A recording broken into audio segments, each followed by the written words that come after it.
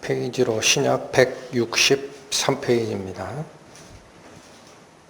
요한복음 10장 17절에서 27절까지 말씀입니다. 아버지께서 나를 사랑하시는 것은 내가 다시 목숨을 얻기 위하여 목숨을 버림이라. 이를 내게서 빼앗는 자가 있는 것이 아니라 내가 스스로 버리노라. 나는 버릴 권세도 있고 다시 얻을 권세도 있으니 이 계명은 내 아버지에게서 받았노라 하시니라. 이 말씀을 인하여 유대인 중에 다시 분쟁이 일어나니 그 중에 많은 사람이 말하되 저가 귀신 들려 미쳤거늘 어찌하여 그 말을 듣느냐 하며 혹은 말하되 이 말은 귀신 들린 자의 말이 아니라 귀신이 소경의 눈을 뜨게 할 수 있느냐 하더라. 예루살렘에 수전절이 이르니 때는 겨울이라. 예수께서 성전 안 솔로몬 행각에서 다니시니 유대인들이 애워싸고 가로되 당신이 언제까지나 우리 마음을 의욕해 하려나이까. 그리스도여든 밝히 말하시오 하니 예수께서 대답하시되 내가 너희에게 말하였으되 믿지 아니하는도다. 내가 내 아버지의 이름으로 행하는 일들이 나를 증거하는 것이오늘 너희가 내 양이 아니므로 믿지 아니하는도다. 내 양은 내 음성을 들으며 나는 저희를 알며 저희는 나를 따르느니라. 기도하시겠습니다. 하나님 아버지,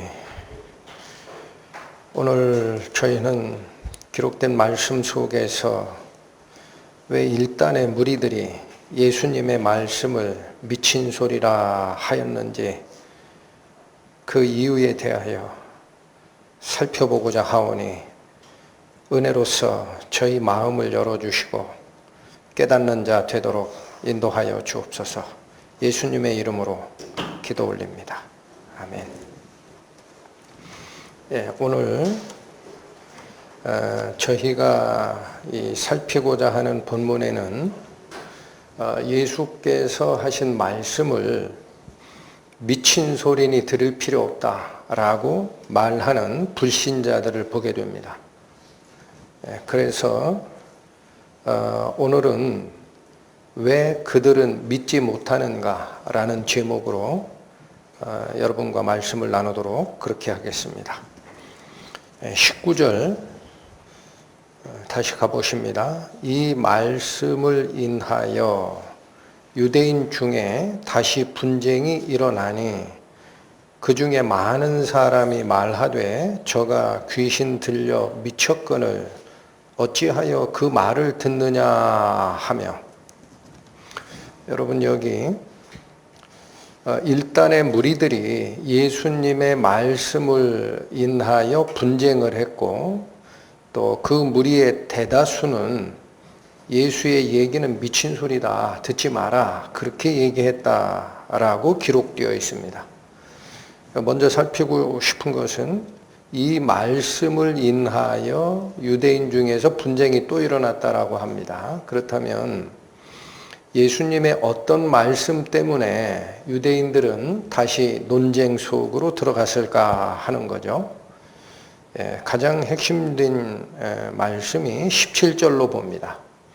17절, 아버지께서 나를 사랑하시는 것은 내가 다시 목숨을 얻기 위하여 목숨을 버림이라. 핵심적인 것은 내가 다시 목숨을 얻기 위하여 목숨을 버린다라는 이 말입니다. 여러분, 다시 목숨을 얻는다라는 말을 한마디로 표현하면 무슨 얘기입니까? 부활하기 위하여, 다시 살활. 다시 살활, 그게 부활입니다. 다시 목숨을 얻기 위하여 이걸 한자로 표현하면 부활 때문에 죽어야 한다라는 얘기입니다. 여러분 지난주 말씀에서 설명을 드렸습니다만 예수께서 육신을 쓴 생명으로만 계시지 않고 부활 생명으로 바뀌어져야 하는 이유가 뭐라고 말씀을 드렸습니까? 예수님 자신을 위해서는 그럴 필요 없다 그랬어요. 예수께서 부활 생명으로 바뀌어져야 하는 이유는 그 후에라야 성령님으로 오실 수가 있고, 또 성령님으로 오셔야 하는 이유는 그 성령님의 생명력으로 바뀌어져야만이 그 생명력이 우리 사람 속으로 들어오는 길이 열린다라는 뜻입니다. 그래서 이게 굉장히 중요한 원리이기 때문에 정말로 예수님의 부활은 예수님 자신을 위한 것이 아니라 양들을 위한 것이 맞는가라는 것을 다시 한번 확인하고 갑니다. 17절의 핵심이 뭐라고 그랬죠? 다시 목숨을 얻기 위하여 목숨을 버린다라는 문장이라는 겁니다.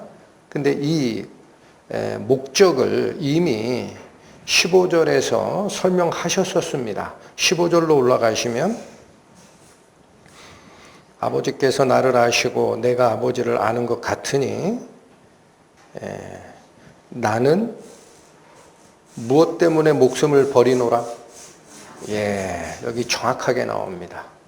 그러니까 예수님께서 죽고 부활 생명으로 오시고자 하는 목적은 뭐냐? 양들 때문에 그렇다라는 거죠. 양들 때문에. 그래서 그렇다면 17절에 다시 목숨을 얻기 위하여, 이 말은 부활, 그냥 우리 말로 표현하면 다시 살아나는 것, 다시 산다라는 이 표현들이 정말로 예수님 자신에게 쓰는 게 아니라 양들 때문에 쓰여지는지를 보셔야 됩니다. 그래서 이 부분도 간단하게 다시 살핍니다. 6장으로 가보십니다. 6장. 요한복음 6장 38절, 39절 보십니다. 153페이지입니다. 6장 38절 보시면 내가 하늘로서 내려온 것은 내 뜻을 행하려 함이 아니요 나를 보내신 이의 뜻을 행하려 함이니라. 나를 보내신 이의 뜻은 내게 주신 자 중에 내가 하나도 잃어버리지 아니하고 마지막 날에 다시 살리는 이것이라. 여러분, 하나님께서 예수님을 이 땅에 보내신 목적이 뭐라고 그래요? 예수님께 맡겨진 사람의 생명을 다시 살리는 것이라 그러죠. 이게 부활입니다. 여러분, 다시 살린다라는 게 누구를 위해서 쓰이는를 잘 보시라는 거예요. 예수가 다시 사는 목적이 아니에요. 성부 하나님이 성자 아들 하나님께 맡기는 그 사람들의 생명을 다시 살리는 것이 아버지 뜻이라 그러죠. 그러니까 부활은 누구를 살리는 데 목적이 있는 겁니까? 목자 대신 예수님을 쫓아가는 양들을 살리는 데 있죠. 40절 다시 확인합니다. 내 아버지의 뜻은 아들을 보고 믿는 자마다 영생을 얻는 이것이니 마지막 날에 내가 이를 다시 살리리라. 뭐가 바뀌었습니까? 다시 살린다라는 말 앞에 영생을 얻는 것이다 라는 말을 덧붙이셨습니다. 그래서 여러분, 영생은 부활과 같은 뜻입니다. 바꿔서 말하면 부활해야 하는 이유가 영원히 살려면 그렇게 해야 되기 때문에 그렇다라는 거예요. 그러니까 부활 영생이 같은 의미인데 54절 가보시면 어떻게 하면 부활 영생의 생명을 얻느냐가 나옵니다. 54절. 내 살을 먹고 내 피를 마시는 자는 영생을 가졌고 마지막 날에 내가 그를 다시 살리리니. 여러분, 똑같은 말씀이 반복되는데 주의를 하시기 바랍니다. 영생을 가졌고 그게 곧 마지막 날에 내가 그를 다시 살리는 것과 같아요. 그런데 바뀐 게 있습니다. 40절에서는 아버지의 뜻이 영생이고 곧 그의 신자들을 다시 살리는 것이다라고 하죠. 근데 54절에 가니까 무엇이 바뀌었느냐면 내 살을 먹고 내 피를 마셔야만 부활에 이를 수 있다라는 얘기를 하십니다. 그러니까 여러분, 부활 생명을 사람이 취하는 방법을 제시하신 거예요. 똑같은 얘기가 반복되는 것 같은데 그게 아닙니다. 조금씩 자세해지는 겁니다. 어떻게 예수 그리스도의 부활 생명력을 사람들이 이어받을 수 있느냐? 어떻게 해야 된다 그래요? 이게 믿으라라는 말은 자꾸 정신작용으로 이해를 하기 때문에 완전히 바꿔버렸습니다. 예수님의 살을 먹고 예수님의 피를 마시는 자만이 그 부활 생명을 얻을 수 있다. 56절 가보시죠. 이게 어려워요. 굉장히 어려운 얘기를 하신 거예요. 그러니까 사람들이 오해할 수 있습니다. 예수님을 잡아서 인육을 먹으란 얘기냐.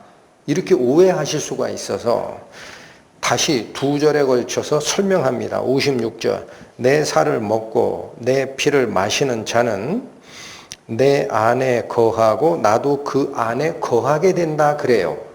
이게 무슨 원리냐? 상호 내주입니다. 상호 내주. 여러분, 예수께서 우리 안에 거하시고 우리가 예수 안에 거하면 누가 누구 안에 거하는 겁니까? 똑같은 게 된 겁니다. 똑같은 게 된 거라고요. 그죠? 예수가 우리 안에 거하시고 우리가 예수 안에 거하면 크고 작은 게 없어요. 똑같은 게 된 거예요. 그래서 이걸 뭐라고 하느냐? 일치성이라고 합니다. 일치성. 그러니까 이 예수 그리스도를 그 생명력을 나와 일치하게 하려면 내 살을 먹고 내 피를 마시는 방법밖에는 없다라는 건데 이걸 또 잘 이해를 못하니까 57절 한 번 더 설명하십니다. 57절 살아계신 아버지께서 나를 보내심에 내가 아버지로 인하여 사는 것 같이 나를 먹는 그 사람도 나로 인하여 살리라. 여러분 여기 잘 보십시오. 아버지께서 나를 보내셨다라는 말을 하지 않고 그 앞에 살아 계신 아버지께서 나를 보내셨다라고 합니다. 이게 무슨 말입니까? 아버지의 살아있는 생명력, 하나님의 살아있는 생명력에 초점을 맞춘 거예요. 그래서 그 살아계신 하나님의 생명력이 나를 보냈다라는 겁니다. 그러니까 우리 지난주에 살폈듯이 아버지 안에 생명이 있는 것 같이 아들 안에도 생명을 주어 그 속에 있게 하셨고라는 말이에요. 아버지 하나님의 생명력이 아들 하나님의 생명력과 같이 연결되어 있다라는 뜻입니다. 그것처럼 하려고, 그것처럼 하려면 나를 먹는 그 사람도 나로 인하여 똑같은 생명을 갖게 되리라. 성부 하나님과 성자 하나님 간의 동일한 생명력을 연결하여 같은 생명력을 활동을 하듯이 우리 사람들이 하나님의 영원한 생명력을 이어받기 위해서는 예수님의 살과 피를 마시는 방법밖에는 없다. 아직도 어려워요. 왜 어렵냐면요. 사람들은 이런 말을 영적인 것으로 이해하는 능력이 없습니다. 그래서 어떻게 이해해요? 그 당시 유대인들은 뭐라 그래요? 제가 어찌하여 지살을 주어 우리에게 먹게 하겠느냐? 이렇게 반문하죠. 예수님은 육체적인 걸 비유로 말씀하신 겁니다. 원래는 영적인 거예요. 그러니까 예수님의 살을 먹고 예수님의 피를 마신다라는 이 표현은 우리 육체적 몸이 생명력을 얻는 방법을 빗대서 말씀하신 겁니다. 우리가 당장 먹지 않으면 죽죠. 어떻게 활동하는 생명력, 에너지를 얻습니까? 음식물에서 얻죠. 그것처럼 예수의 살을 먹고 예수의 피를 마셔야 한다라는 얘기는 그의 영적 생명력을 내가 마시기 전에는 나는 하나님의 생명을 받은 적이 없다라는 뜻이에요. 그러면 예수의 살을 먹고 예수의 피를 마시라라는 이 표현이 하나님의 영적 생명력을 흡수하는 방식에 대한 얘기인데 어떻게 흡수하느냐라는 거예요. 어떻게 마시느냐. 물을 주면 그냥 벌컥벌컥 마시면 되죠.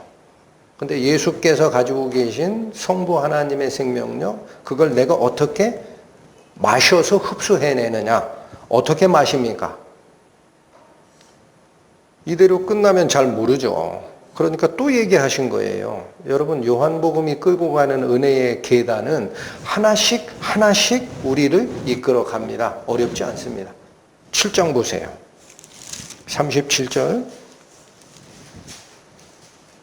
39절까지 봅니다. 명절 끝날, 곧 큰날에 예수께서 서서 외쳐 가라사대 누구든지 목마르거든 내게로 와서 마시라. 나를 믿는 자는 성경의 이름과 같이 그 배에서 생수의 강이 흘러나리라 하시니. 여러분, 예수님은 다시 비유로 얘기하신 겁니다. 목마른 사람은 물을 먹으면 갈증이 해소되지 아니하느냐. 그러니까 너희가 영적인 목마름을 느끼느냐. 그러면 나에게 오면 내가 그 영적 가람을, 영적인 목마름을 해소해 주겠노라라는 뜻이에요. 그래서 해설을 붙였어요. 39절. 이는 그를 믿는 자의 받을 무엇을 가리켜 말씀하신 것이라. 그러니까 정확한 겁니다. 예수님께서 돌아가시고 부활하셔서 부활 생명으로 바뀐 후에라야 성령 하나님과 바톤 터치해서 오시게 되고 그 성령 하나님을 우리 마음 속에 받아들이는 일이 가능해진다라는 얘기입니다. 그게 예수 그리스도의 신적 생명력을 우리가 흡수하는 방법이다라는 거예요. 본문으로 다시 돌아가시죠.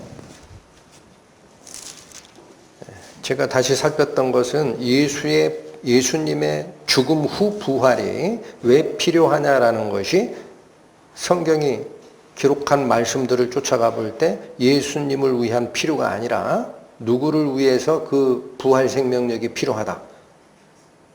우리 양들에게 생명을 주는 방식으로 그게 반드시 필요하다. 이 말씀을 하셨음을 다시 확인했습니다. 여러분 19절에서 20절 다시 보십니다. 이 말씀을 인하여 유대인 중에 다시 분쟁이 일어나니 그 중에 많은 사람이, 그러니까 그 논쟁이 일어났는데 대부분의 사람들이 그런 뜻입니다. 대부분의 사람들이 말하되 저가 귀신 들려 미쳤거늘 어찌하여 그 말을 듣느냐 라고 합니다. 여러분 여기서 귀신 들려 미쳤거늘이라는 이 단어는 같은 뜻입니다. 귀신 들렸다도 제정신 아니다라는 거예요. 그렇죠? 귀신 들린 자는 자기 정신이 있어요. 귀신의 영이 있어요. 제정신 아니다. 미쳤다라는 말도 무슨 뜻입니까? 제정신 아니다. 같은 뜻입니다. 그래서 이건 미친 말이다라는 거예요. 예수가 하는 말은 미친 말이다. 들을 필요 없다. 그러면 그들이 왜 예수님께서 베푸신 이 말씀들을 미친 말로 들었을까? 이건 앞에 있는 사례에서도 유대인들이 예수님을 귀신 들렸다라고 했던 그 사례를 통해 쫓아가 보면 유대인들이 이런 말을 들을 때 미쳤다라고 하는구나. 이걸 알 수가 있습니다. 갑니다. 제일 먼저 예수님에게 귀신 들렸다라고 얘기하는 그 사례가 나오는데요. 언제냐면 사람들이 마귀의 속성, 즉 죄성을 타고난다라는 말씀과 그러나 예수님께서는 죄와 관계없이 무죄하신 분이다라는 얘기를 할 때 귀신 들렸다 그렇게 얘기합니다. 8장 가십니다. 44절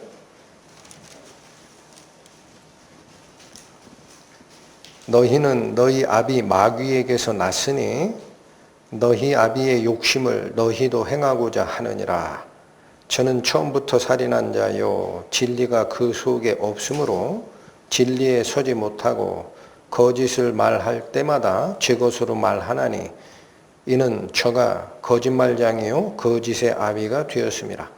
여러분 44절이 말씀하시고자 하는 핵심은 간단합니다. 사람들은 마귀의 영향력 아래에서 태어난다라는 거예요. 불편해도 들으셔야 됩니다. 이걸 모르면 구원이고 뭐고 없습니다. 사람들은 어머니 태에서 태어날 때 죄에 물든 상태로 태어난다라는 겁니다. 그런데 마귀는 진리와는 아무 관계가 없어요. 거짓에 속한 쪽이에요. 그 속고 있다라는 거예요. 이 말씀을 하시고 46절 너희 중에 누가 나를 죄로 책 잡겠느냐? 내가 진리를 말하매 어찌하여 나를 믿지 아니하느냐? 자, 여기 반대 얘기를 합니다. 모든 사람들은 다 죄에 물든 마귀의 영향력 아래에서 태어나고 진리와는 관계없는 편에 속해 있다라는 거예요. 그런데 46절 예수님만큼은 죄가 없으시다라는 거예요. 너희가 나를 죄로 책 잡을 수 있느냐? 그리고 예수님은 어디에 속한 자다라고 얘기해요? 진리를 말하는 자라는 거예요. 이걸 갈라냈어요. 그랬더니 반응이 어떻게 나옵니까? 48절 유대인들이 대답하여 가로되 우리가 너를 사마리아 사람이라 또는 귀신이 들렸다 하는 말이 옳지 아니하냐? 여러분 유대인들이 언제 예수님을 미쳤다라고 하는지를 잘 보시라는 거예요. 또 있습니다. 여러분 여기 다시 보세요. 성경 말씀을 읽으실 때 아니 내가 왜 마귀 새끼로 태어났다라고 자꾸 그래 하고 기분 상해하지 마세요. 그러면 구원이 없습니다. 그 사실을 얘기하는 이유는 모든 사람은 죄에 물든 상태로 태어나고 진리 아닌 거짓 쪽에 속해서 살지만 예수 그리스도께서 죄가 없이 오시고 진리에 속한 이 편의 빛을 가지고 오셨다라는 얘기로 끝나면 우리는 구원이 없습니다. 그런데 다행히도 예수님은 야 니네들 꼴 좋다 이 얘기를 하러 오신 게 아니에요. 왜 죄 없이 오시고 진리를 가지고 오시느냐? 너희들 거기서 나와서 나에게 합류하라 이 얘기를 하시려고. 그래서 여러분 다시 보시면 예수님의 말씀을 믿고 따르는 자도 죽음을 초월한다라는 얘기를 곧바로 선언을 하십니다. 51절 가십니다. 51절 진실로 진실로 너희에게 이르노니 사람이 내 말을 지키면 죽음을 영원히 보지 아니하리라. 여러분 이 말씀은 예수님 얘기를 하는 게 아니에요. 그렇죠? 누구에 대한 복음의 선포입니까? 너희에게 이른다 그러잖아요. 진실로 진실로 너희에게 이르노라. 너희에 대한 얘기다.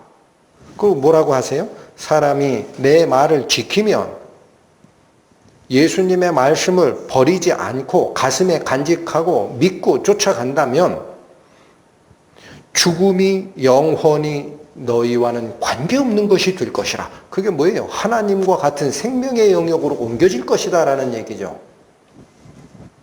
그러니까 예수님은 우리를 비난하러 오신 게 아닙니다. 구하러 오신 거예요. 이거를 잊지 마시기 바랍니다. 이 말씀을 했을 때도 유대인들은 또 미쳤다고 그래요. 52절 보세요. 유대인들이 가로되 지금 내가 귀신 들린 줄을 아노라. 아브라함과 선지자들도 죽었거늘 내 말은 사람이 내 말을 지키면 죽음을 영원히 보지 아니하니라 하니. 그러니까 여기 보십시오. 예수님의 말씀의 어느 부분을 유대인들이 반발하고 미친 소리라고 듣는 거죠? 인간은 죄 속에서 태어나고 진리의 반대편 거짓에 속한 세계에 산다. 하나님의 아들 예수께서는 죄 없이 오셨고 진리를 가지고 오셨다. 그러나 너희들마저도 내 말 안으로 들어오게 되면 영원히 죽음의 세계에서 생명의 세계로 옮겨질 것이다 라는 이 말을 다 믿은 겁니다. 그런 일은 없다 이거예요. 오늘 본문도 그 얘기입니다. 본문 다시 오세요. 10장. 본문 10장 17절에 아버지께서 나를 사랑하시는 것은 내가 다시 목숨을 얻기 위해 목숨을 버림이라. 이 말씀만 읽으면 예수님 쓸데없는 짓 하네. 영원히 사시는 존재라며 왜 죽었다가 다시 살아? 이렇게 얘기한단 말이에요. 근데 제가 앞에서 깊이 살폈죠. 예수의 다시 목숨을 얻기 위함, 이 부활은 누구를 위한 것이다? 15절, 내 양을 위하여 그렇게 하는 것이다. 그러니까 무슨 뜻입니까? 예수님께서는 이제 구체적인 상황을 쫙 펼쳐주신 겁니다. 내 말을 지키면이라는 말, 그 말씀을 실행하는 방식으로 내가 대신 죽고 살겠다. 그게 왜 그런 줄 아느냐? 너희들 때문에 그런 거야. 너희에게 하나님의 생명을 부여하려면 그렇게 해야 되는 거야. 이 말을 했을 때에 유대인들이 다시 어떻게 했어요?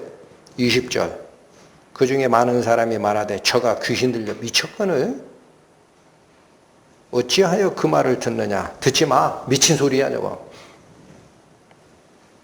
확실해지죠? 유대인들이 뭐를 안 믿은 겁니까? 여러분 참 안타까워요. 우리 믿음 안으로 들어온 사람들이 누구나 다 알고 있는 인간의 죄 문제와 이 죄를 해결하는 유일한 방법으로서의 예수 그리스도의 생명력, 이게 복음의 핵심 아닙니까? 근데 이 복음의 핵심이 들릴 때마다 유대인들의 대부분은 미친 소리라고 한 겁니다. 그러니까 여러분 잘 생각하십시오. 요즘에 이 세상을 살고 있는 교회에서도요, 우리의 죄 물듦에 대해서 얘기를 하지 아니하고 예수님이 오로지 그 해결책이다. 그러니 너희는 회개하라. 이런 설교가 아니라 여러분 예수 믿으면 복 받습니다. 예수님은 사랑이시라. 이렇게 자꾸 인문학적 설교하는 교회가 있으면 떠나세요.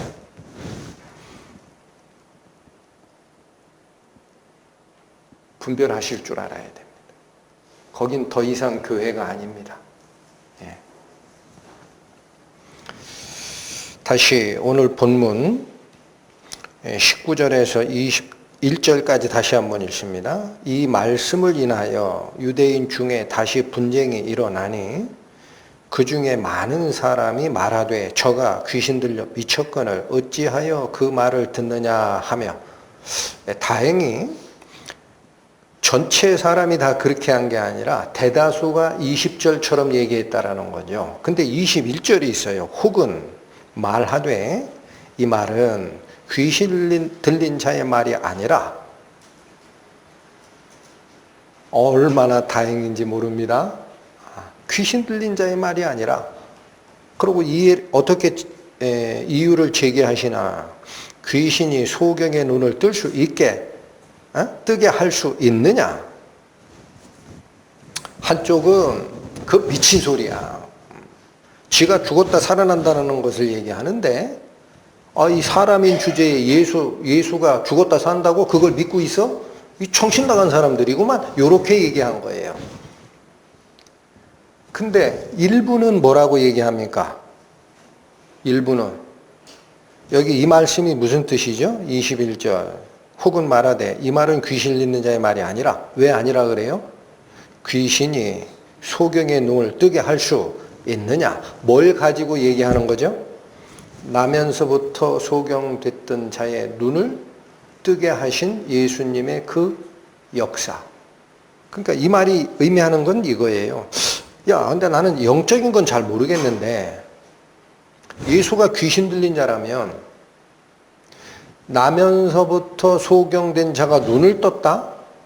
그 얘기는 예수를 통해 나면서부터 부여되지 아니한 보는 생명의 능력이 추가됐다는 얘기 아니냐?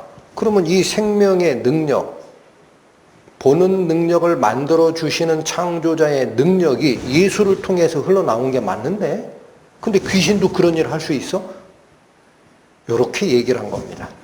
그러니까 이 논쟁이, 여러분 여기 처음 등장한 게 아니에요. 19절 다시 보세요. 이 말씀을 인하여 유대인 중에 다시 분쟁이 일어났다라고 합니다. 다시. 그 얘기는 전에 있었다라는 거죠. 언제 있었습니까? 9장 16절.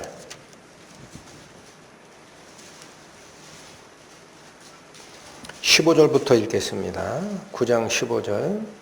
그러므로 바리새인들도 그 어떻게 보게 된 것을 물으니 가로되 그 사람이 진흙을 내 눈에 바르매 내가 씻고 보나이다 하니 16절. 바리새인 중에 혹은 말하되 이 사람이 안식일을 지키지 아니하니 하나님께로서 온 자가 아니라 하며 혹은 말하되 죄인으로서 어떻게 이러한 표적을 행하겠느냐 하여 피차 쟁론이 되었더니, 여러분 그러니까 태생적 소경을 예수께서 눈뜨게 한 그 일이 안식일에 일어났다라는 거 하나 가지고, 그러니까 예수는 안식일에 일하지 말라라고 하는 우리 랍비 선생님들의 금령을 어겼어. 그러니까 죄인이야. 이렇게 주장하는 파와, 또 한쪽은 뭐를 주장해요? 선한 능력은 하나님에게서 나오는 거다라고 주장하는 파 간에 분쟁이 이미 시작됐던 겁니다. 여러분 이 본문 9장의 이 본문 설명드릴 때 말씀을 드렸습니다. 바리새인 랍비 계열에 두 가지가 있다 그랬어요. 샴마이 학파와 힐렐 학파. 샴마이 학파는 자기 위에 랍비 선생들이 규정해 놓은 하지 말아야 할 365가지 행동과 해야 할 248가지 행동 합쳐서 613가지를 어기면 죄인이다라고 하는 파예요. 그게 샴마이 학파예요. 여러분 성경에 어긋난 것을 죄라고 하는 게 아니에요. 여기 잘 구분하셔야 돼요. 저희가 사람의 계명을 가지고 교훈을 삼아 가르친 거예요. 응? 자기 선생들이 정해놓은 365가지 하지 말아야 될 것, 248가지 해야 될 것, 합쳐 613가지 이 계명에 어겨지면 그건 죄인이다 라고 주장하는 게 샴마이 학파다. 근데 힐렐 학파는 무슨 학파입니까? 사람이 정해놓은 규정을 쫓아가는 게 아니고 선한 능력이 나왔느냐? 그러면 이 선한 능력은 악령을 통해서는 오지 못한다. 하나님이 선한 능력의 원천이다 라고 근원을 쫓아가는 학파가 힐렐 학파입니다. 그 분쟁이 지금껏 이어졌다라는 거죠. 다시 일어났어요. 분쟁이 다시 일어났어요. 문제는 이게 쉽지 않은 분쟁입니다. 언제까지 갑니까? 2달을 더 갑니다. 2달. 그래서 이걸 자체적으로 해결이 안 돼요.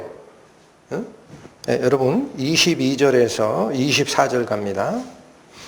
예루살렘에 수전절이 이르니 때는 겨울이라 예수께서 성전 안 솔로몬 행각에서 다니시니 유대인들이 애워싸고 이게 무리가 왔어요. 무리가 떼거지로 몰려와서 가로되 당신이 언제까지나 우리 마음을 의혹해 하려나이까 그리스도여든 밝히 말하시오 하니, 여러분 지금 성전의 그 가장자리에 회의용 그 건물들이 있어요. 행각이라고 합니다. 이게 솔로몬 행각이에요. 예수님이 수전절에 거기에 올라가셨더니 바리새인 율법사 떼거지로 몰려와서 물은 게 있습니다. 언제까지 우리를 헷갈리게 할 겁니까? 그리스도 맞아요? 그러면 분명히 좀 얘기를 해 주시오. 하고 간 것이 언제라고 그래요? 수전절. 여러분 이스라엘 역사 얘기하면 머리 아프시죠? 그래도 잠깐 간단하게 설명드릴 테니까 들어보십시오. 구약에서부터 내려오는 전통적인 이스라엘의 절기는 7절기가 있습니다. 그 중에 맨 마지막 절기가 태생적으로 소경이 눈뜨게 되는 초막절 끝에 일어났습니다. 그럼 수전절은 구약에서 내려오는 전통적인 이스라엘의 절기가 아닙니다. 하나님이 명하신 절기가 아니에요. 근데 이건 그럼 왜 생겼느냐? 여러분 예수님 오시기 전 한 200년 전에 이스라엘이 나라를 형성하지 못할 때입니다. 200년쯤 전에 이스라엘을 포함한 그 아시리아, 시리아, 성경에서는 수리아 지역이라고 하죠. 그 시리아 지역을 통치하던 왕이 있었습니다. 그 사람 이름이 안티오쿠스 4세.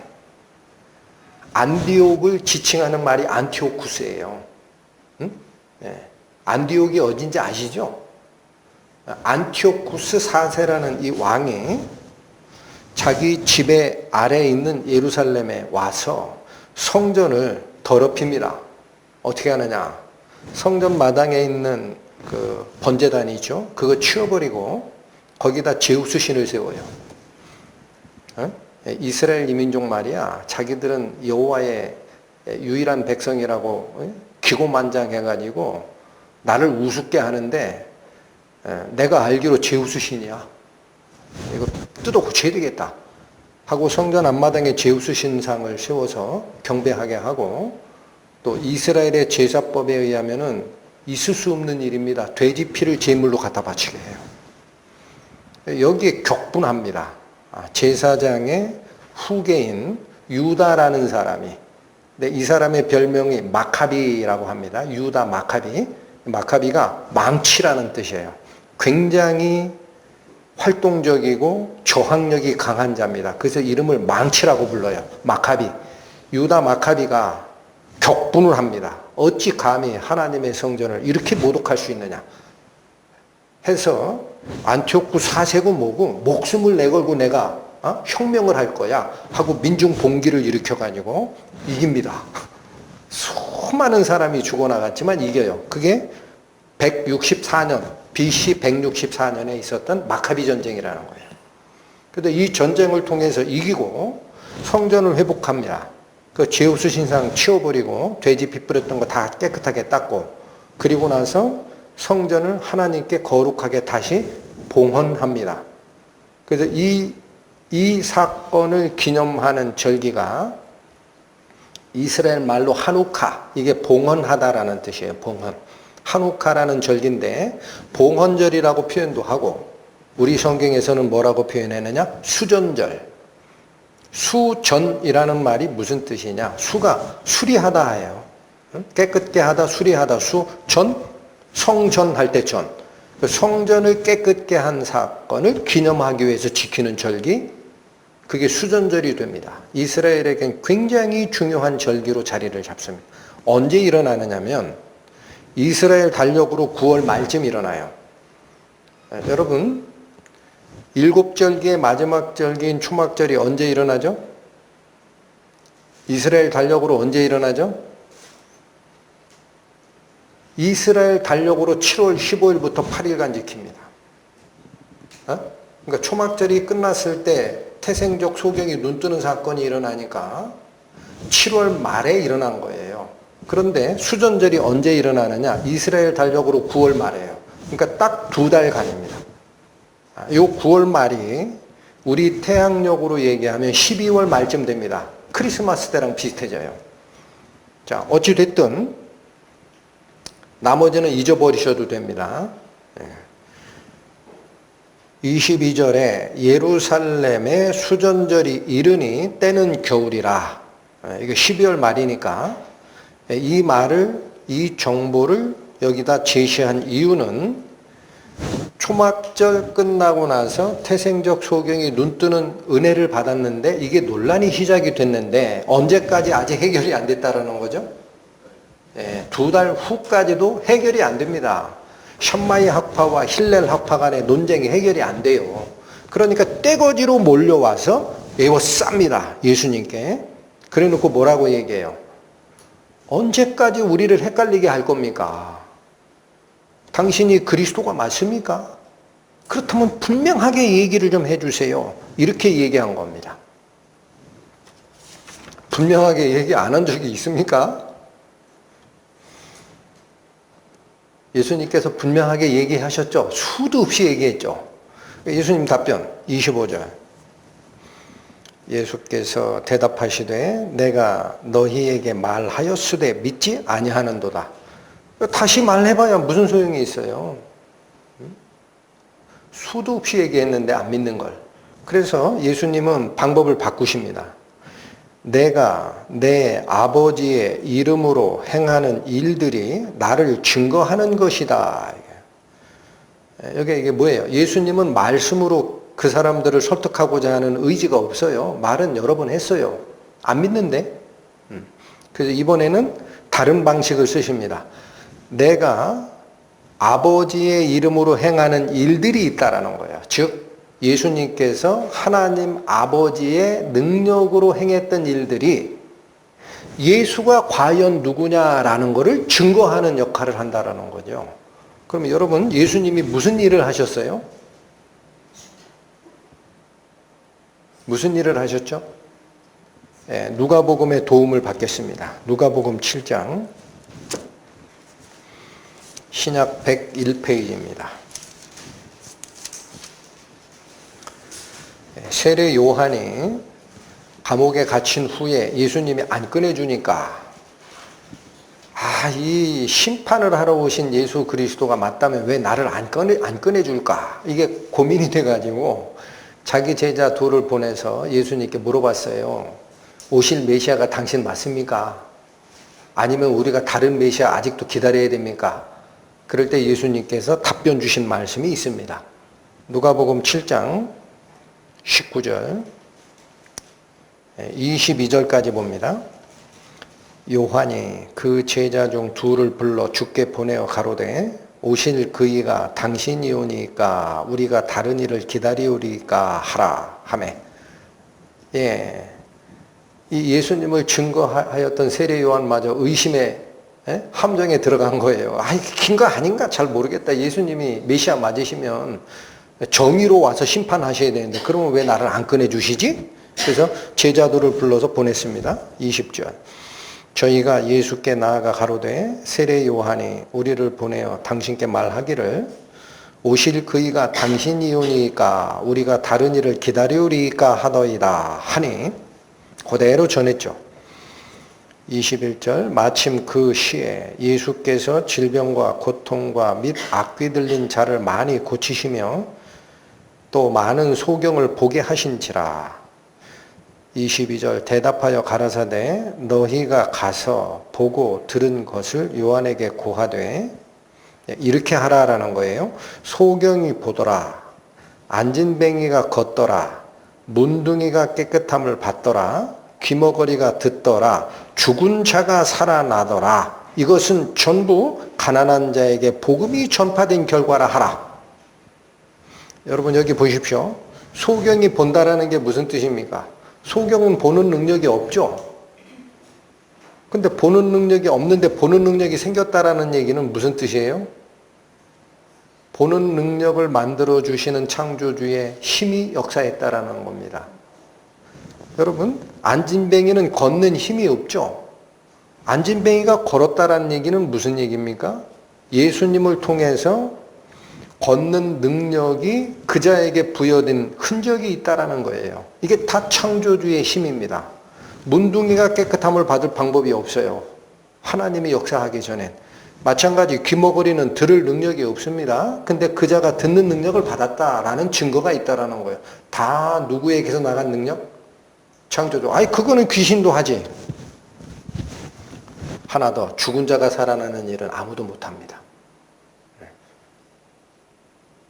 여러분 여기서 세례 요한에게 가서 내가 그 사람 맞아라고 얘기해봐야 내가 메시아 맞다 너 왜 헷갈리냐 믿음을 굳게 하라 얘기해봐야 말이 통해요 안 통해요? 그러니까 의심 속으로 빠져들어가는 세례 요한을 깨우는 방식은 증거밖에 없어요. 예수님께서 이 증거로 가서 얘기를 해라 한 이유가 뭡니까? 없던 생명의 능력이 예수에 의하여 부여되는 역사가 있다라고 전하라라는 뜻입니다. 즉 예수님의 능력은 창조주의 능력이 역사한 결과다. 그게 오늘 본문의 말씀과 똑같은 거예요. 말로 해봐야 어떻게 알아듣습니까? 수도 없이 얘기했는데 메시아라고. 25절 예수께서 대답하시되 본문입니다. 요한복음 10장 25절 돌아오시고 예수께서 대답하시되 내가 너희에게 말하였으되 믿지 아니하는도다. 내가 내 아버지의 이름으로 행하는 일들, 소경이 보고 안진뱅이가 걷고 문둥이가 깨끗함을 받고 귀머거리가 듣고 죽은 자가 살아나는 이 역사들이 나를 증거하는 것이다. 뭘 말을 더 하느냐. 26절. 너희가 내 양이 아니므로 믿지 아니하는 것밖에 없다.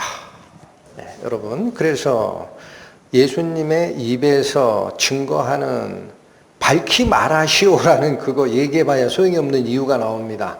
얘기해봐야 안 믿을 거예요. 왜 안 믿는다고 그래요? 이유가 딱 하나입니다. 그들은 하나님의, 즉 예수 그리스도의 양이 아니기 때문에. 그들은 예수 그리스도의 양이 아닙니다.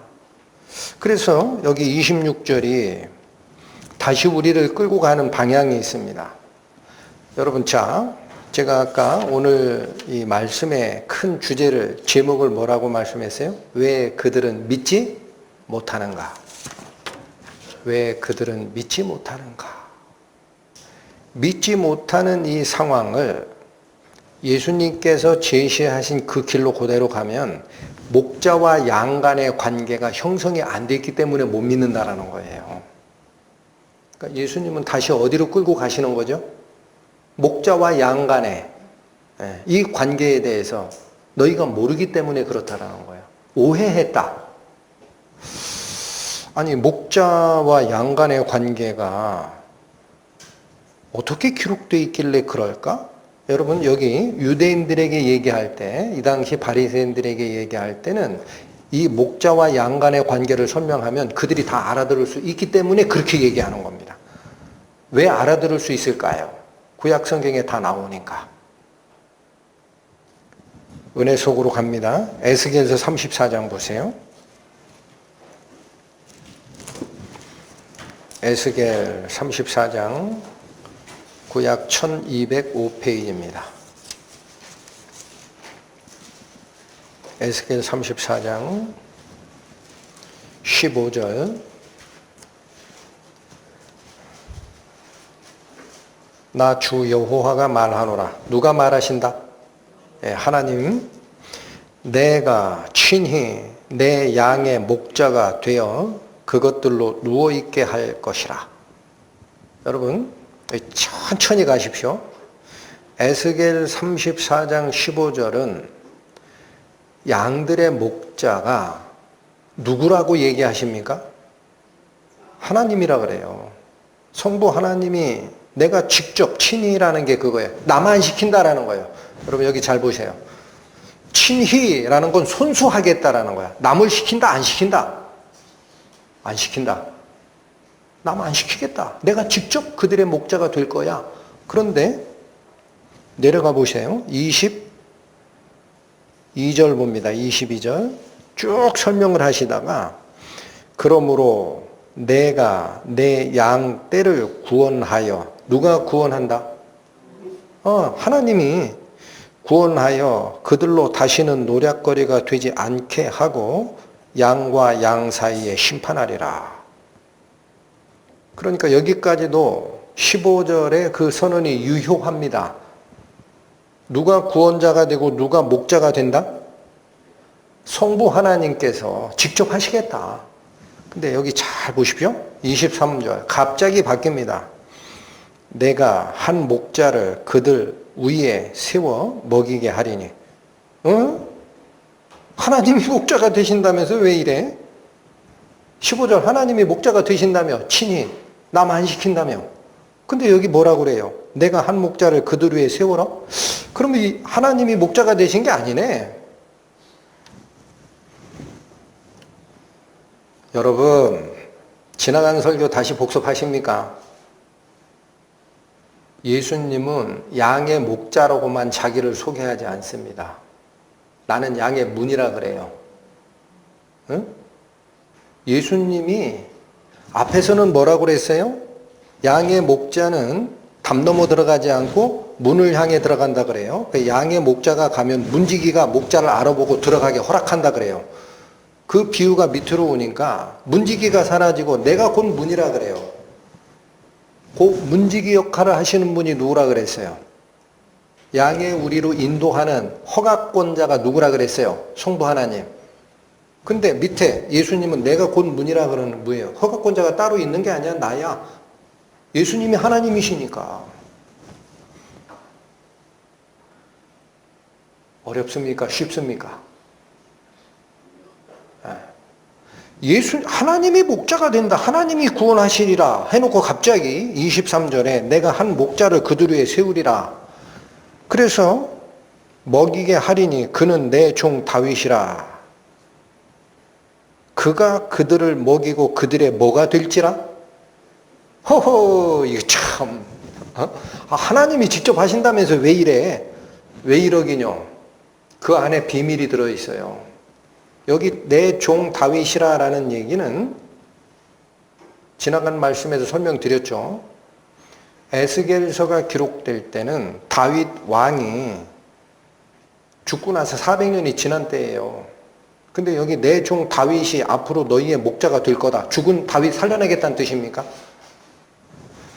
다윗의 왕권을 가지고 올 나의 종이라고 표현합니다. 이 종은 신분관계가 아닙니다. 여러분 성경을 읽으실 때 잘 생각해서 읽어주세요.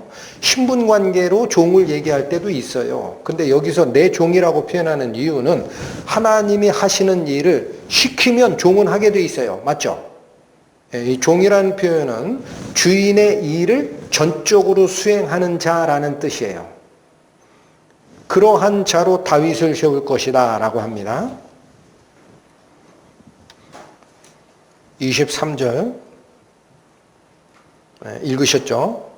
그런데 여기 다시 한번 보세요. 23절 갑자기 하나님이 양들의 직접 목자가 되리라 라는 말씀을 바꿔주셨어요. 한 목자를 세울 거예요. 이게 한 목자예요? 여러 목자예요? 네, 딱 하나입니다. 근데 그 목자의 이름을 뭐라고 하느냐? 내 종 다윗이라고 그래요. 그래서 이 다윗이 목자 역할을 할 거야. 그런데 37장 가세요. 37장.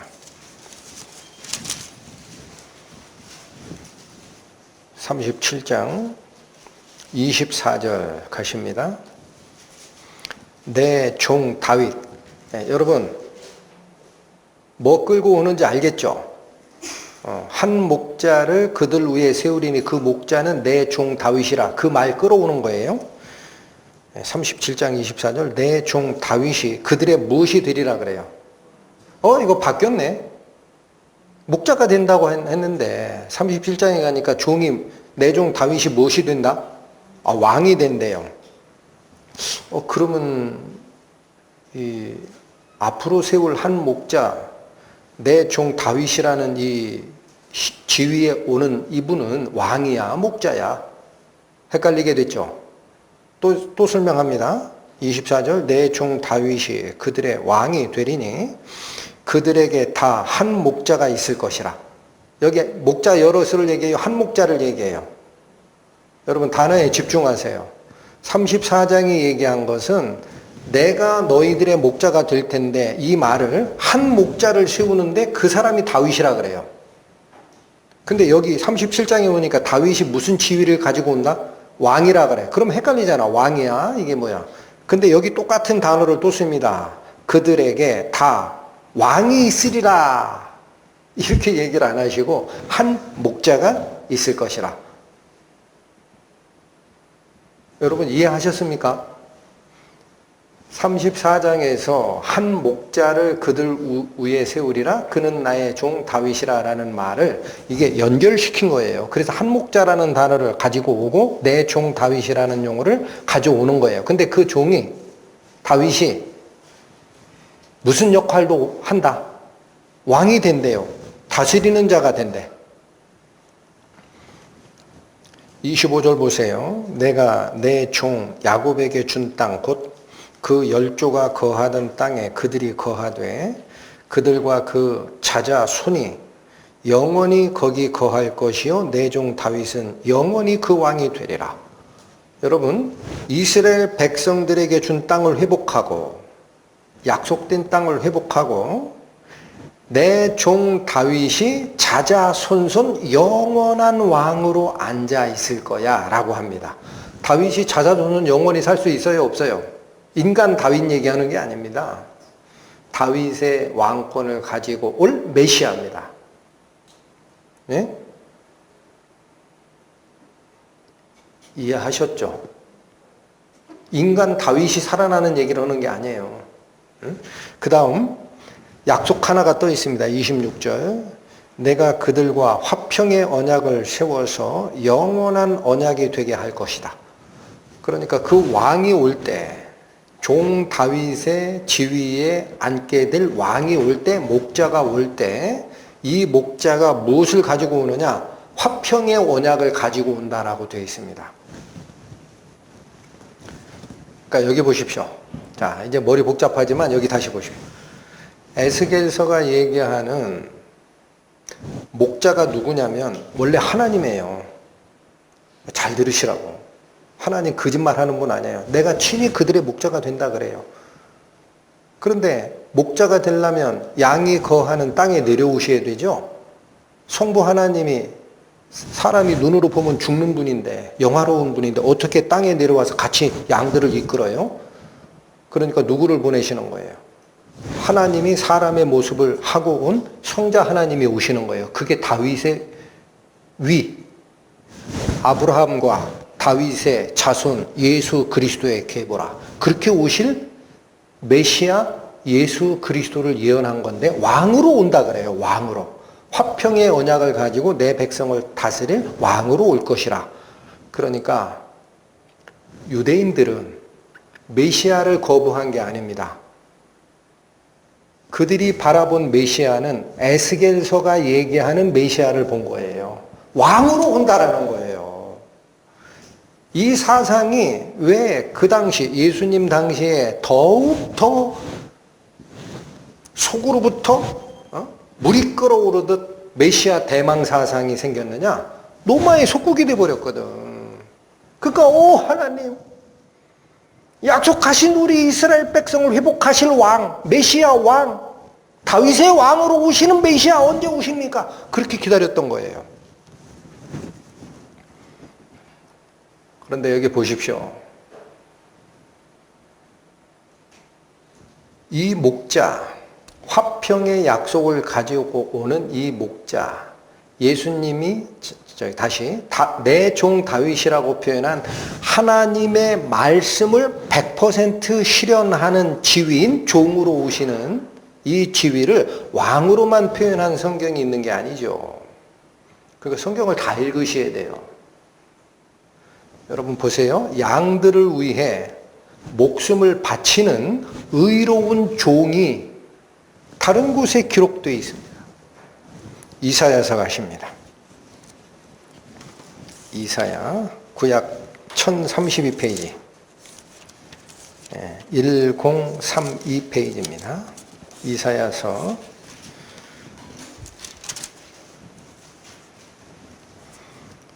53장. 이거 다 읽을 수는 없습니다.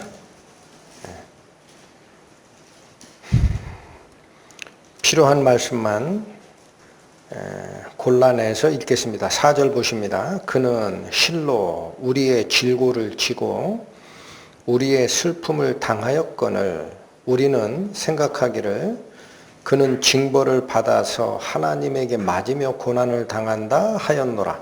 4절이 말씀하시는 게 뭐죠? 뭔가 형벌을 받는 위치예요. 근데 그 형벌을 본인이 잘못해서 하나님한테 형벌받았다라고 사람들이 생각했다라는 거예요.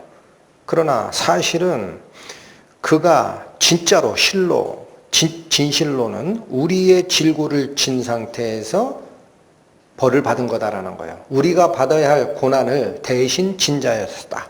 5절 그가 찔림은 우리의 허물을 인하며 그가 상함은 우리의 죄악을 인함이라. 더 확실해지죠. 하나님께 벌받았다라고 사람 눈에 비치게 될 그 죽을 자는 사실은 우리 허물과 우리 죄 때문에 죽은 거다라는 거예요. 그가 징계를 받음으로 우리가 평화를 누리고 그가 채찍에 맞음으로 우리가 나음을 입었도다. 자, 이 어느 존재인지는 모릅니다. 뒤에 나옵니다. 이게 나의 의로운 종이라고 표현하는 존재입니다. 그 존재가 하나님한테 벌 받아서 죽은 것처럼 사람 눈에는 보이지만 사실은 우리 죄 때문에 대신 벌을 받은 것이고, 그 이유는 그가 징계를 받음으로 우리가 평화를 누리게 되기 때문에 반드시 그가 죽어야 한다라는 거예요. 이 우리가 평화를 누린다라는 게 평화의 언약입니다. 여러분, 에스겔서 37장에서 내 종 다윗이 너희의 왕으로 쓸 것인데 그가 뭐를 약속한다 그래요? 평화의 언약을 가지고 온다 그러죠? 기억이 가물가물하시는 분은 녹화된 영상 다시 집에 가서 다시 보세요. 하나님 말씀은 대충 듣고 넘어가는 게 아니에요. 녹화 영상 올려드릴 테니까 또 보세요. 에스겔 37장은 내 종 다윗이 왕으로 온다. 끝난 게 아닙니다. 그가 평화의 언약을 가지고 올 거다 그래요. 여기서는 언약을 가져온 게 아니라 나의 의로운 종이 직접 죽음으로써 화평을 맺게 하는 일을 할 것이다 라는 거예요. 이게 무슨 말입니까? 여러분, 거룩하신 하나님 앞에 죄에 물든 인간이 있으면 화평이 있어요? 저주와 징벌만이 있어요? 후자죠. 그러면 하나님, 거룩하신 하나님 앞에 죄인이 평화롭게 교제하려면 뭐가 사라져야 하나님 앞으로 나아갑니까? 죄가 없어야 돼요. 그래야 하나님의 저주에 화살을 맞지를 않지. 그래야 앞에 가서 교제하지. 그래서 우리 대신에 죄를 지고 돌아가시는 존재가 온다. 6절 보세요. 여기 우리는 다 못같이 자기 길로 갔다. 여러분, 여기 목자와 양이 나옵니다. 나의 의로운 종이 우리의 죄를 위해 죽고 하나님 앞에서 화목하게 하는 역할을 하는데 우리를 뭐라고 표현하느냐? 우리는 다 양 같았다라는 거예요. 우리가 양, 돌아가시는 그분이 목자. 우리는 다 양 같아 그릇 행하여 각기 지갈 길로 갔거늘. 하나님 잃어버리고 my way, 내 인생의 목적을 향하여 살던 자가 됐더라. 그렇게 됐더니 여호와께서 우리 무리의 죄악을 그에게 담당시키시고 죄값을 대신 치러 주시고 우리를 하나님 앞에 화목한 상태에서 교제할 수 있게 만들어 주신 분이다. 10절로 가십니다. 여호와께서 그로 상함을 받게 하시기를 원하셨어요. 여러분, 우리 구원의 계획이 처음에 성부 하나님이 원하심이 시작이 되는 겁니다. 하나님이 그렇게 하겠다라는 거예요. 당신의 모습, 당신의 영광스러운 모습으로 지은 인간이 마귀의 꾀에 속아서 죄의 속으로 팔려 유괴됐다 이거예요. 그러면 원래 하나님의 형상, 하나님의 영광스러운 속성을 잃어버린 유괴된 당신의 아들을 그냥 놔둘 거냐? 아니다. 하나님이 되찾아 오겠다. 이 계획을 세우신 거예요. 어떻게 되찾느냐? 죄를 졌으니까 죄값을 치르고 되찾아 와야 됩니다. 이게 그 말입니다. 여호와께서 그로 상함을 받게 하시기를 원하사 질고를 당케 하셨은즉 그 영혼을 속건 제물로 드리기에 이르면, 여기 그 영혼은 누구 영혼? 의로운 종의 영혼. 그 영혼을 속건 제물로 드리기에 이르면 그가 시를 보게 되며, 이렇게 얘기합니다. 여러분 여기 자세히 다시 보세요. 의로운 종이 양들을 다시 되찾기 위해서 뭐를 제물로 드린다고 그래요? 그 영혼이라고 돼 있죠. 여러분 여기 이 구약 성경은 히브리어로 되어 있습니다. 영혼이라는 이 단어는 혼을 나타내는 히브리어 네페쉬가 사용이 됩니다. 제물로 뭐를 바쳤다라는 거예요? 의로운 종에 혼을 바쳤다라는 거예요. 이게 무슨 말일까? 지금 시간이 없으니까 제가 찾아드리겠습니다. 요한복음 우리가 상고하는 10장에 11절에 가시면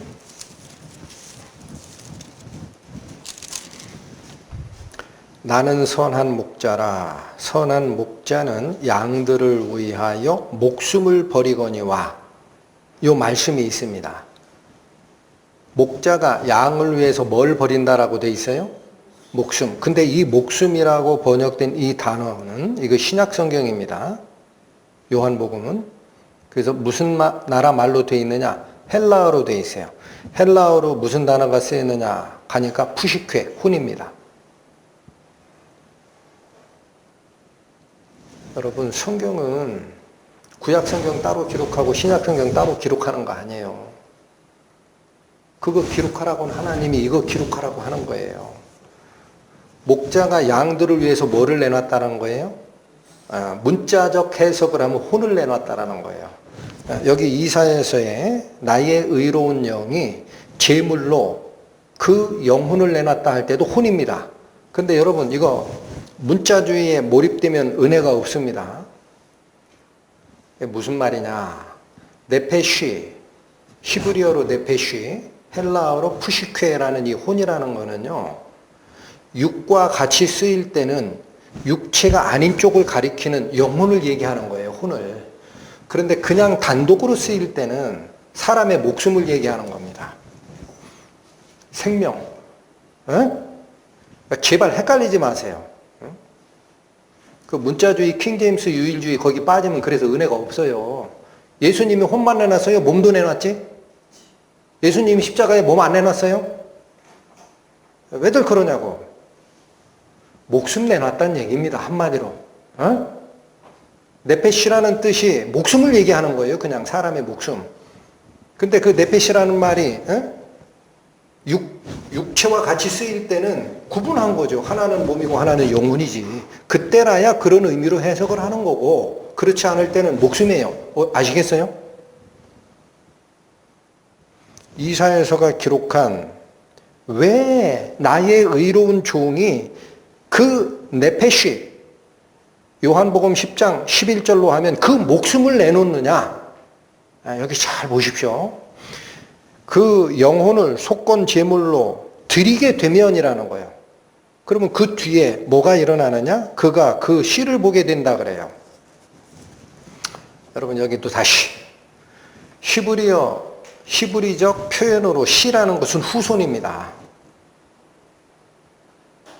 씨가 뭐라고요? 후손. 그럼 이 말은 무슨 말이에요? 나의 의로운 종이 그 목숨을 속건 제물로 하나님 앞에 바치게 되면 그가 그 후손을 보게 된다라는 게 무슨 말이에요? 죽어버렸는데 무슨 후손을 봐? 영혼을 속건 제물로 드리면 죽었다라는 얘기 아닙니까? 목숨을 내놨으니까. 근데 어떻게 후손을 봐요? 어떻게 봅니까? 여러분 지난주차에 살폈습니다. 요한복음 12장 24절에 가보면 한 알의 밀알이 땅에 떨어져 죽지 아니하면 한 알 그대로 있고 죽으면 많은 열매를 맺느니라. 누구에 대한 말씀이라고 그랬어요? 하늘 생명을 가지고 오신 예수님의 얘기예요. 예수님이 한 알의 밀알로 하늘에서 내려왔어요. 땅으로. 근데 이분이 죽지 아니하면 자기 생명, 자기 몸 속에만 있는 상태에서 끝나. 근데 이게 죽으면 바뀝니다. 싹으로. 그리고 많은 열매를 맺어요. 그게 뭐예요? 자기 목숨을 다른 양들의 목숨으로 씨를 뿌리듯이 뿌리면 거기로부터 후손이 나온다라는 얘기죠. 할렐루야.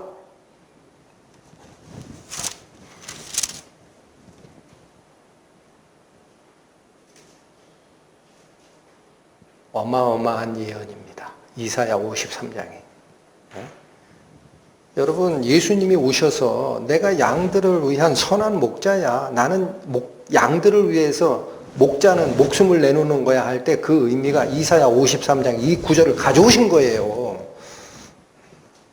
가져온 것이죠. 그래야 된다라는 거예요. 자, 그래서 어떻게 됩니까?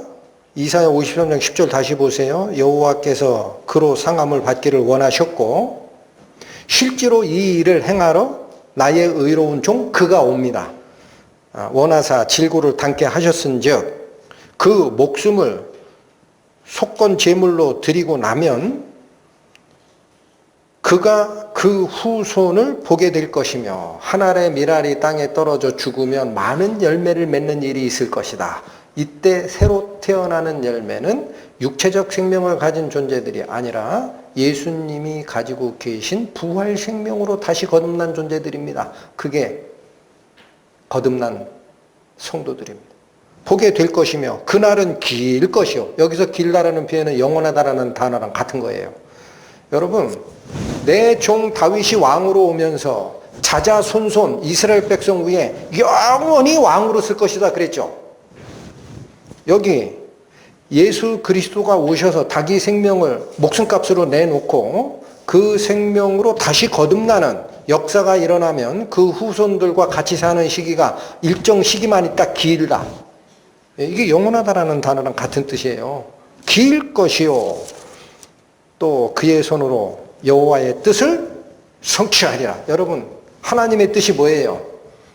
왜 예수님 보냈다고 그래요? 요한복음 말씀대로 아들을 보고 믿는 자마다 영생을 얻는 이것이니.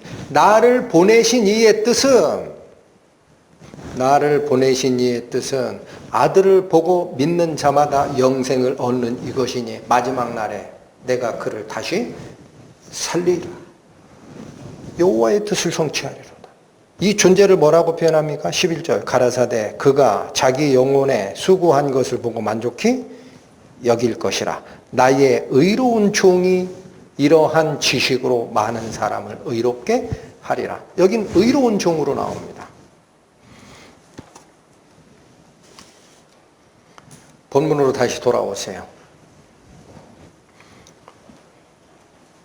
자, 여기 다시 보십니다. 예수님께서 내가 아버지의 이름으로 했던 기적사건들이 내가 도대체 누구냐? 라는 것을 증거하는 건데 너희들은 그걸 보고도 믿지 아니하는 이유가 뭔지 아냐? 너희는 나의 양이 아니기 때문에 그런 거야 라고 26절에 말씀하신 이게 목자와 양 간의 관계에 대해서 그들이 모르는 게 있다라는 거예요. 뭐를 몰랐습니까? 에스겔서가 기록한 왕으로 오시는 종 다윗의 위 왕좌의 자리에 앉을 메시아만 기다렸던 겁니다. 그런데 이사야서에서는 어떤 종의 얘기를 다시 하세요? 고난받는 의로운 종의 얘기를 하시잖아요. 고난받아야 하는 의로운 종. 응? 여호와께서 그로 대신 질고를 지게 원하셔서 각자 자기 인생길로 마이웨이 살던 양들에게 죗값을 대신 치르게 하고 하나님과 화해케 하고 자기 목숨을 한 알의 밀알로 바치면 그 후에 자기 후손을 보게 될 것이며 그들의 나라는 오랫동안 일어나고 여호와의 뜻을 성취하실 의로운 종이 올 것이다. 이거는 눈이 가려져 있어요. 눈이 가려져 있다고. 누가? 율법을 그렇게 연구했다라는 유대인들이. 네, 여기 보십시오. 그래서 성경을 읽으시다가 뭐가 이해가 되기 시작하죠. 그러면 아직 안 게 아닙니다. 네? 성경이 경고합니다. 너희가 손줄로 생각하거든 넘어질까 조심하라. 너희가 무엇을 알았다고 생각하느냐? 마땅히 알아야 될 것을 모르는 상태인 줄을 알라.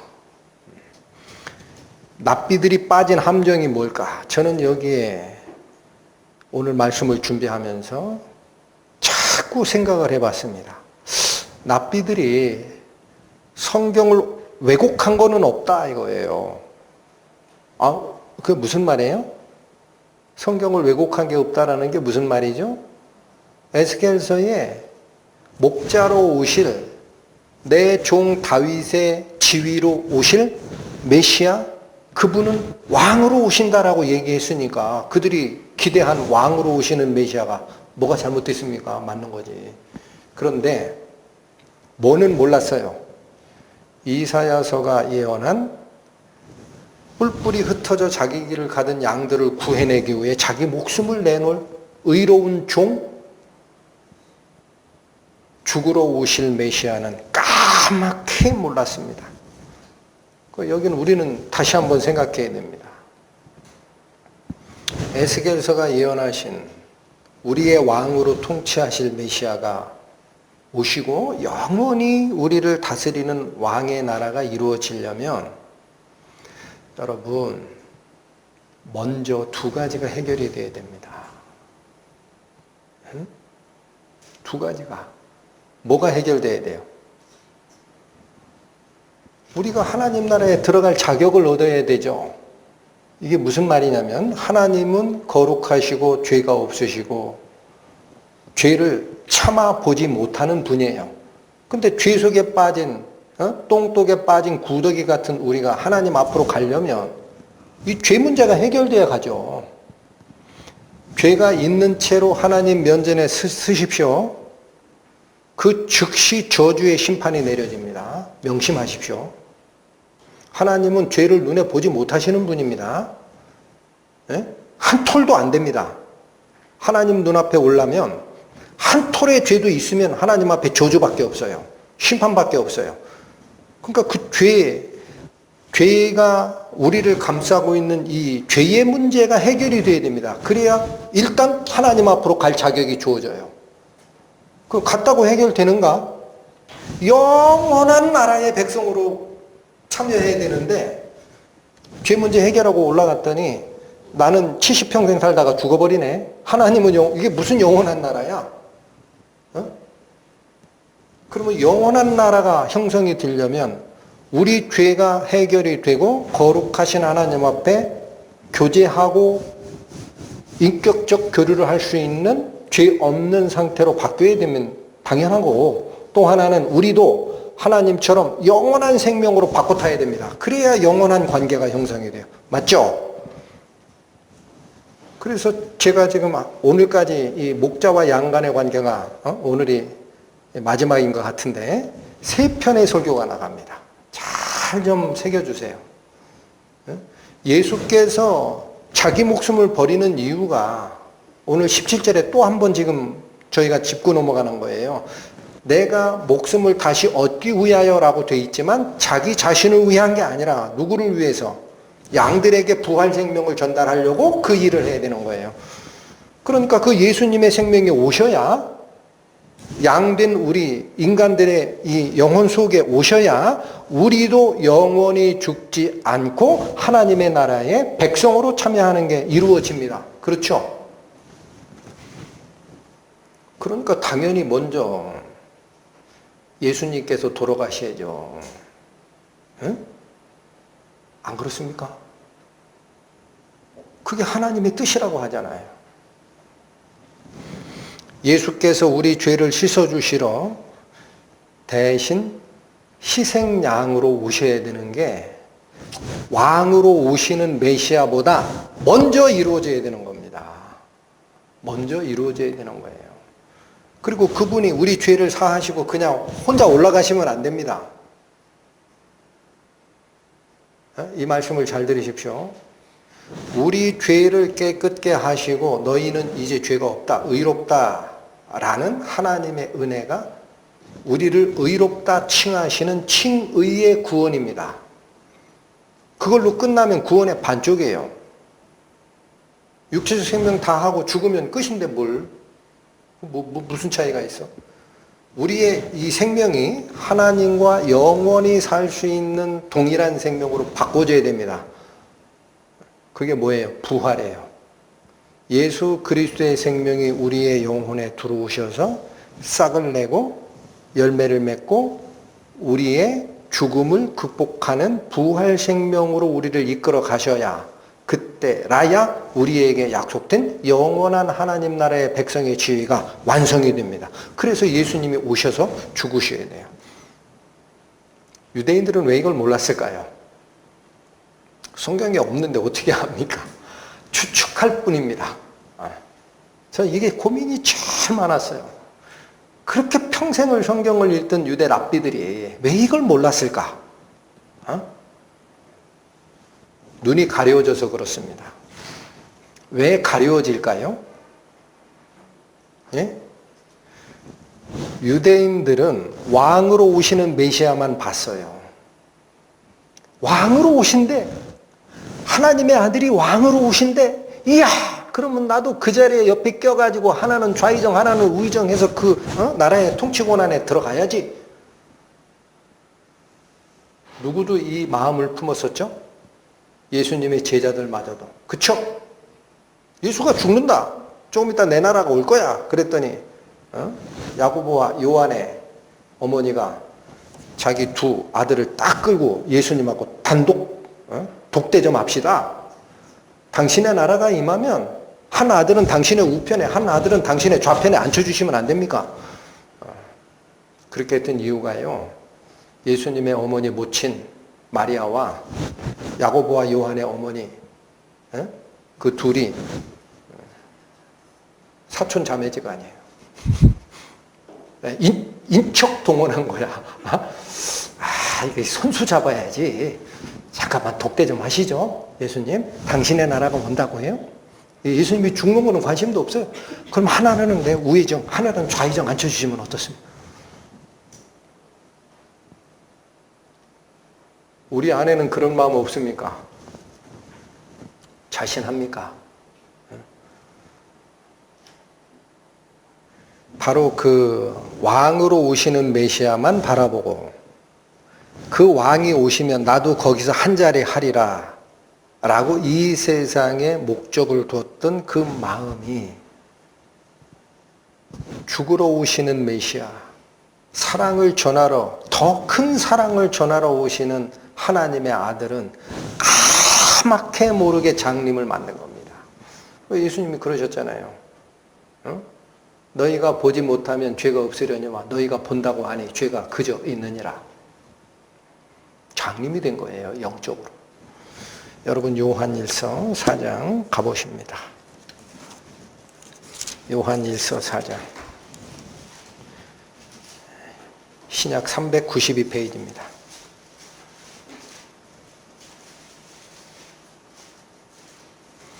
10절.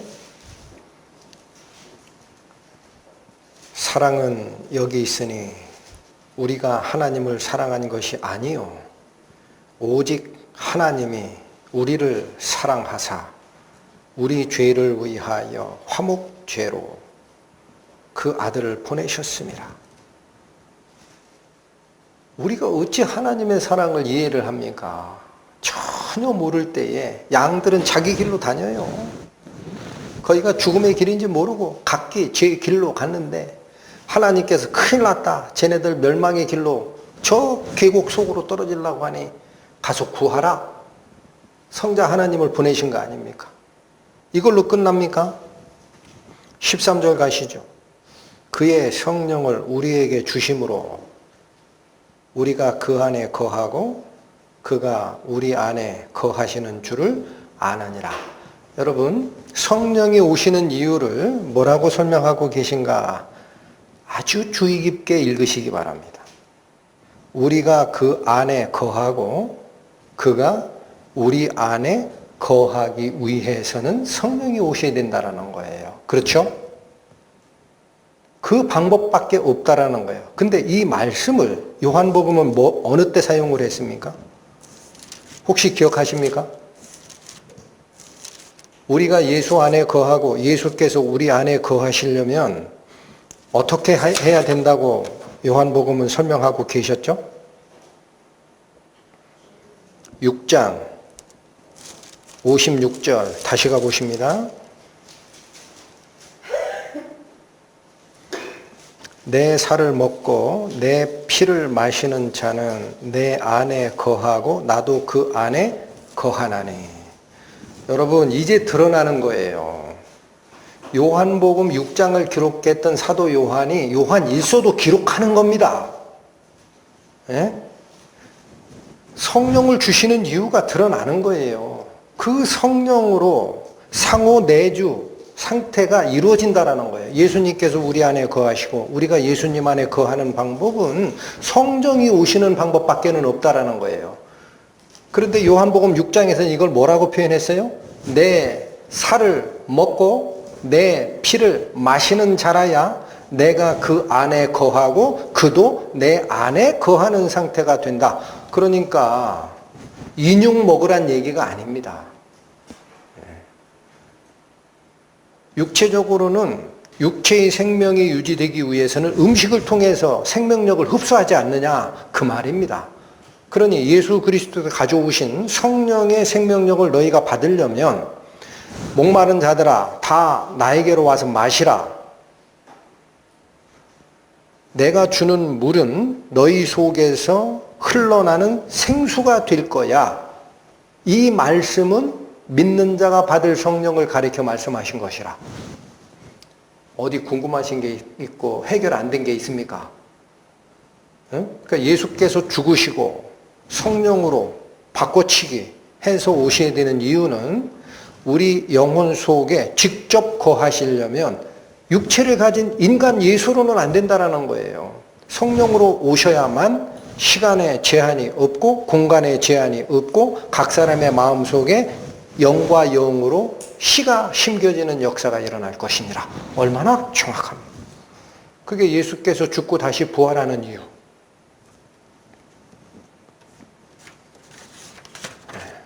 여러분 요한일서 4장 제가 읽어드린 이 말씀을 통해 우리는 압니다. 똥독에 빠진 구데기를 건지시러 성부 하나님 마음을 다하여 계획 세우시고 성자 하나님 직접 내려오셔서 모든 고난 고초 다 받으시고 당신의 생명을 주십니다. 성령 하나님 이 일을 우리 마음속에 이루어 주시려 성령 하나님께서 친히 오셔서 각 사람의 영혼 속에 임하십니다. 거룩하신 삼위 하나님 마음을 다하고 생명을 다하고 뜻을 다하여 우리를 구하러 내려오셨다. 그게 고난받는 의로운 종. 어찌 찬양을 드리지 아니하리요. 구원자 주 예수 하나님의 아들 귀하신 어린 양 메시아 거룩하신 하나님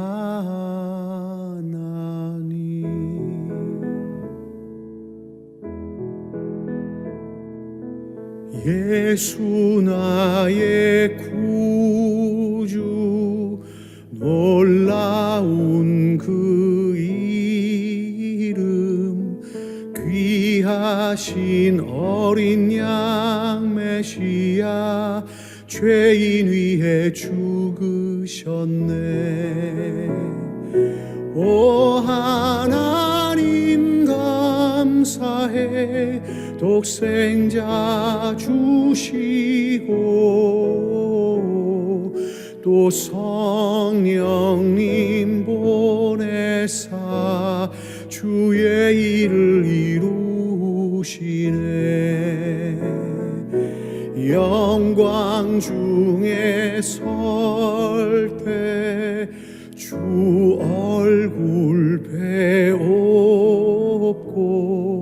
왕 되신 주 그곳에서 영원토록 섬기리. 오 하나님 감사해 독생자 주시고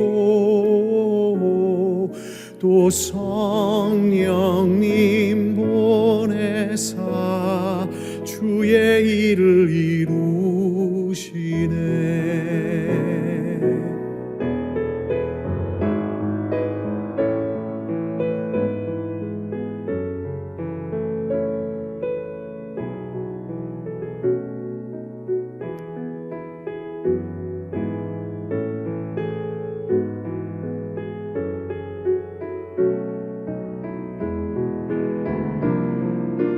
구원자 주 예수 하나님의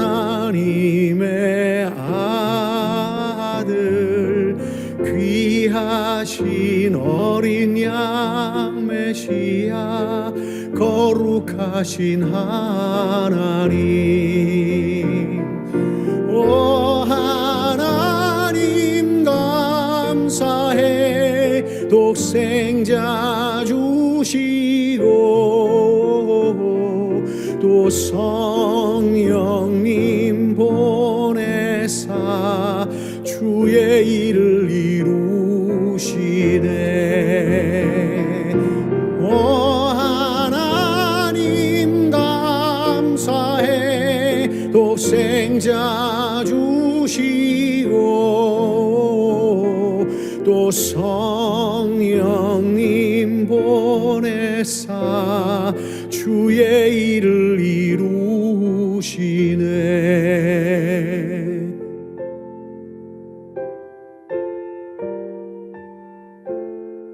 주의 일을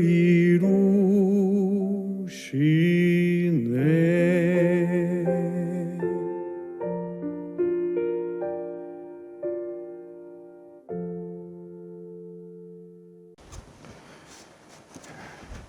하나님의 은혜에 한번 접촉하신 경험이 있는 분들은 마음속 저 깊이에서 올라오는 이 감사함이 있습니다. 뭐라고 설명을 못하겠어요. 오늘 본문으로 돌아가셔서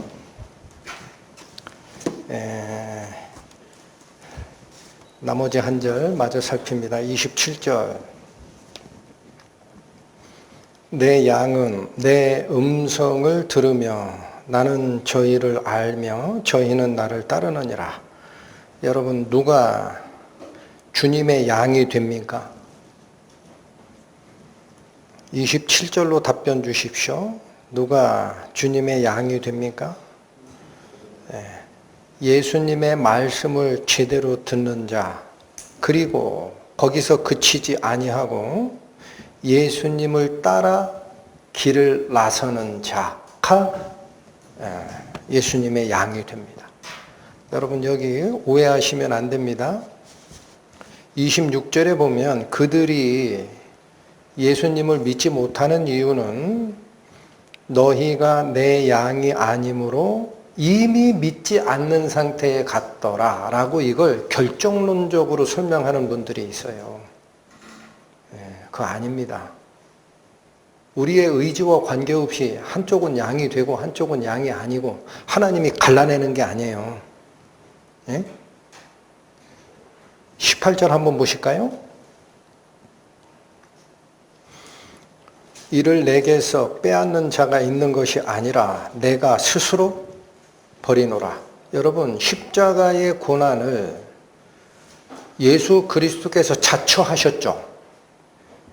아버지가 야 너 죽어라 그래가지고 강제적으로 내 목숨을 뺏긴다고 그래요. 그게 아니고 내 스스로 그냥 내놓는 거라고 그래요. 후자죠. 뿐만 아니라 이렇게 얘기합니다. 나는 버릴 권세도 있고 다시 얻을 권세도 있으니 이 계명은 내 아버지에게서 받아노라. 절대적인 선택권을 부여받고 오신 상태다 그래요. 그럼 여기 잠깐 우리가 살피고자 하는 게 이겁니다. 예수님께서 아버지 하나님의 의중, 생각하시는 게 같고 행동하시는 게 같고 기쁨을 느끼시는 것이 같고 목적이 같은 분이에요. 그 일을 행하시러 오실 때 완전한 자유의지를 가지고 완전한 권한이 부여돼서 오셨어요. 누가 강요한 게 없어요. 그게 사랑이에요.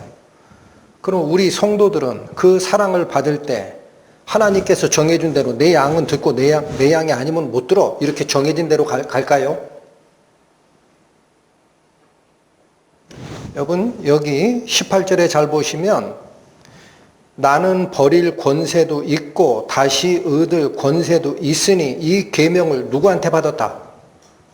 아버지 하나님께 받았다라고 합니다. 그럼 이게 권세가 주어졌어요. 완전한 절대적 자유 권한입니다. 그럼 우리 인간들에게는 권세가 안 주어졌어요? 하나님이 다 정해요? 요한복음 1장 가십니다. 요한복음 1장 9절 보세요. 참빛 곧 세상에 와서 각 사람에게 비치는 빛이 있었나니 그가 세상에 계셨으며 세상은 그로 말미암아 지은 바 되었으되 세상이 그를 알지 못하였고 자기 땅에 오매 자기 백성이 영접지 아니하였으나, 여기까지는 예수님께서 생명을 담은 빛으로 창조주 예수님께서 이 땅에 내리셨지만 약속된 당신의 백성 이스라엘 사람들은, 특히 그 지도자들은 예수님을 신성 모독자라 해서 잡아 죽였지 영접한 적이 없습니다.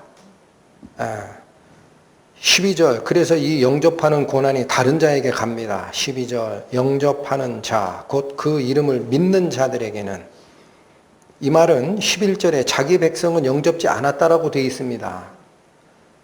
그래서 12절은 이제는 약속된 이스라엘 백성뿐만 아니라 영접하는 자, 곧 그 이름을 믿는 자들에게는 하나님의 자녀가 되는 무엇을 주셨으니, 왜 성경을 자꾸 왜곡하는지 모르겠어요, 저는. 죽었다 깨나도 우리에게 권세를 준 겁니다. 왜 아니라고 합니까? 영접하는 자에게 권세를 줬잖아요. 뭐가 되는 권세? 하나님의 자녀가 되는 권세. 할렐루야. 흔들리지 마세요. 쓸데없는 얘기. 하나님은 그래서 사랑이 무한하신 분입니다. 잘못은 항상 우리에게 있는 겁니다. 영접 안 하니까 문제가 생기는 거죠. 응?